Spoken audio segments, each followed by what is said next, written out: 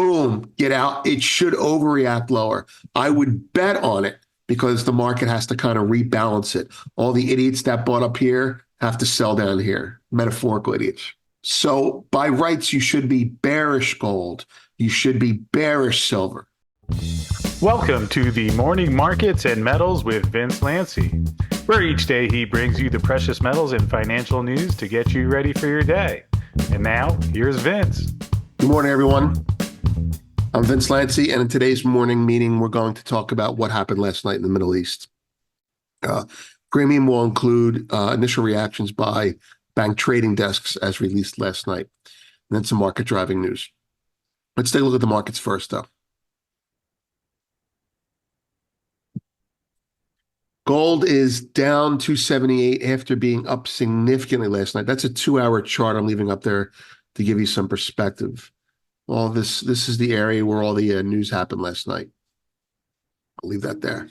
Silver is down 2 cents at 28.18. Copper is up 3.5 cents at 4.45. Oil is down 69 cents.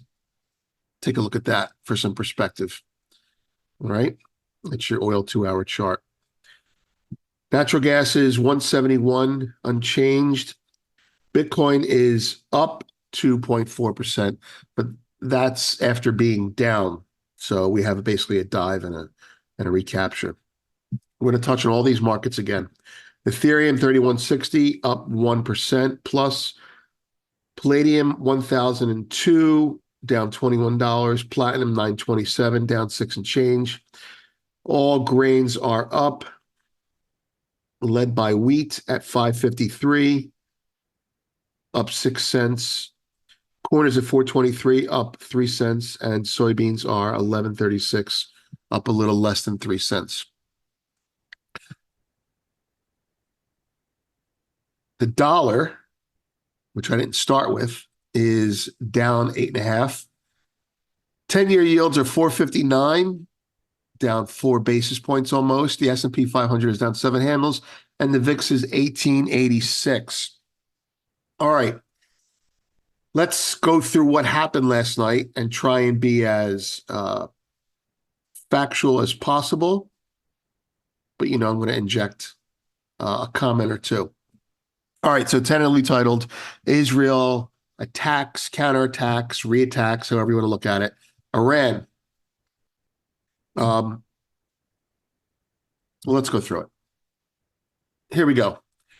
Here's the front page. We sent this out to the founders this morning. It's largely going to be this analysis with a couple other things, but that was sent out. Top mainstream media news was sent out. That's just headlines and links. And there's yesterday's post at the end of the day. All right, here we go. In the premium, we have Citibank, believe it or not. We have Goldman. And we have MUFG, which has actually been putting out some really good stuff lately. Let's get to us. So let's start with what you would think about if you were trying to figure out what was going on quickly. What happened last night? Israel retaliated by hitting an Iranian military base with drones, apparently. All this is reportedly, right? How bad was it? Well, it's a secondary target, primarily housing F-14 Tomcats.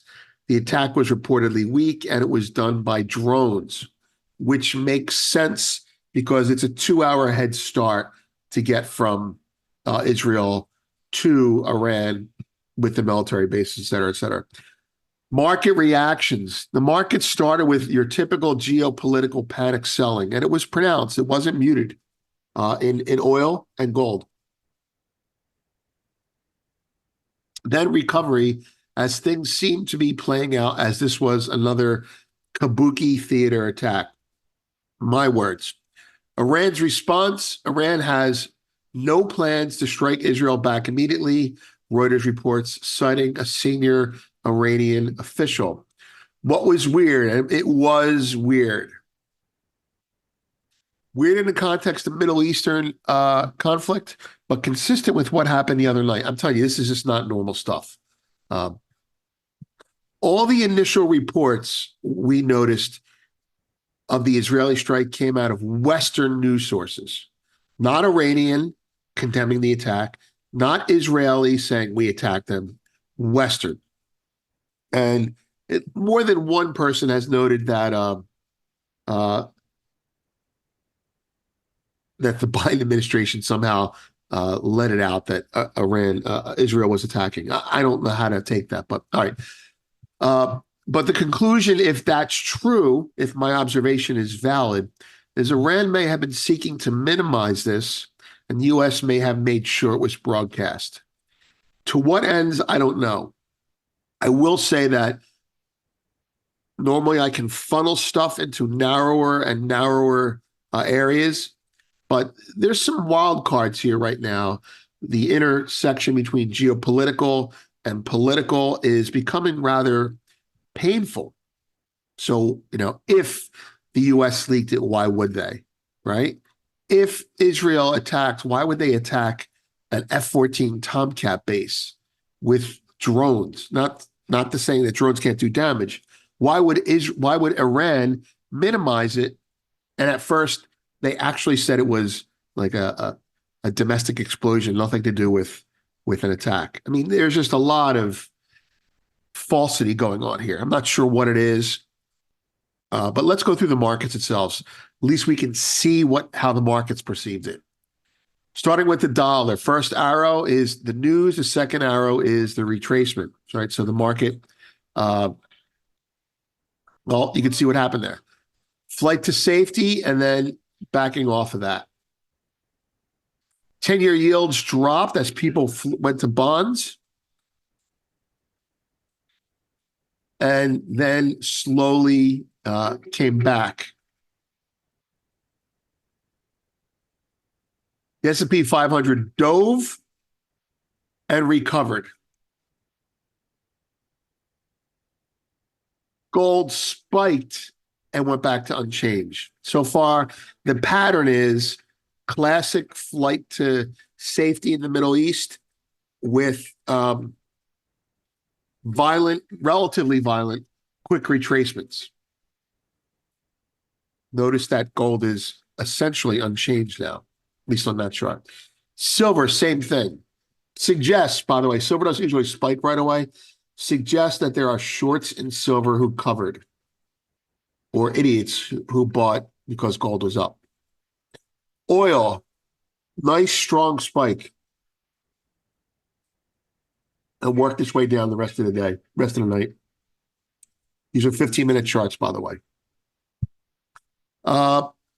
Let's take a look at the dollar if I didn't have that up there. So there's the dollar on your 2-hour. Here's the dollar last night. Pretty muted, right? 10-year yield, boom, back. Okay, so conclusion. Conclusion is, as a trader, well, first of all, let's start geopolitically. Geopolitically, the mainstream media is going to say this happened.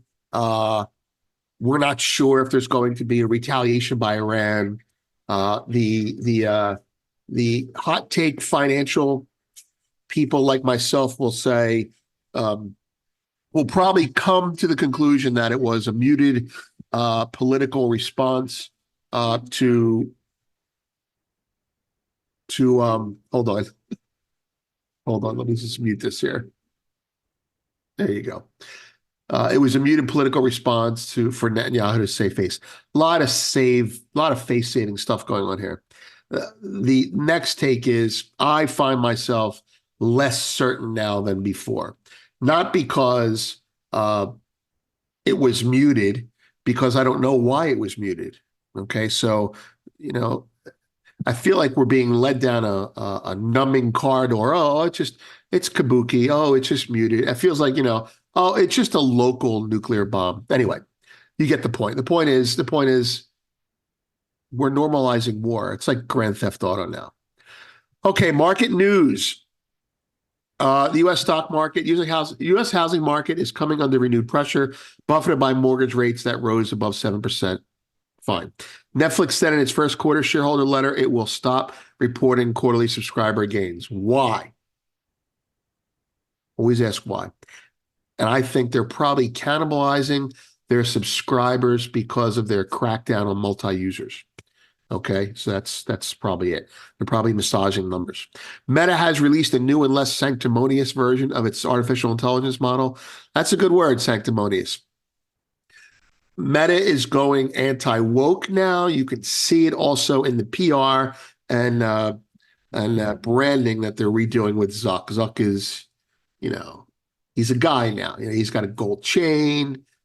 He doesn't comb his hair. He throws spears. He does wrestling. He even curses once in a while. I'm telling you, man, it's so funny how they're all shifting to conservative, with Bezos lifting weights and having uh, uh, I guess you would call her a trophy wife. Elon Musk buying Twitter and making it a free speech platform, and Zuck now, he's a bro. It's funny. The U.S. bond market's recovery was cut short by a Federal Reserve official's mere mention of the possibility of an interest rate increase. Stock portfolios at large pension funds had a blockbuster run. Now managers are cashing out. That's key. If you're a conspiratorial person in terms of markets like I am, you look at that and you say, this rally in the stock market was more or less insured to make sure pensions had an exit. I've seen this before in oil. They will get the Saudis to pump oil before an invasion. So it's kind of like letting the market rally so pensions can be liquid again before whatever bad news comes out. And there's been no bad news yet. All right. What do we have? Data today. We've got Chicago Fed President Austin Goolsbee. We have other stuff too, though, right? No, that's it today. Light day, light data day. What do I think about that? Oh, let's go to gold. Let's go to gold and silver. I'll show you why. I've been looking at the charts, and let's get rid of this line here. All right.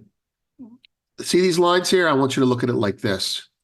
This is the market being happy, meaning it doesn't know what it's worth, but nobody really cares in this range, which is a nice little range there, 2350 to 2400, right? This is the market searching, testing for interest, whether it be buy or sell, you don't know.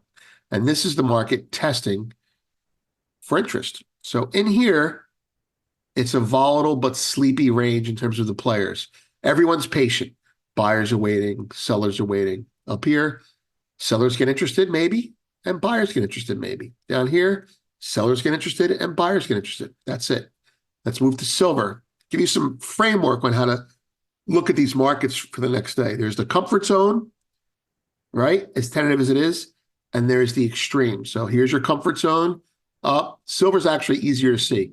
Up, down, up, down, up, down, up, down. You can see this is coiling. You could say, oh, we're going to have a big move afterwards. It's very possible. But we could also just expand inside the range here. But below here, by the way, these are the same equivalent levels in gold. Below here, you attract buying, you attract selling, then buying. Okay. Above here, well, we've only been above here once, and you attracted buying, significant buying, a pause, and then selling. Down here, you're getting buying. So overall, this chart is slightly bullish. Oil.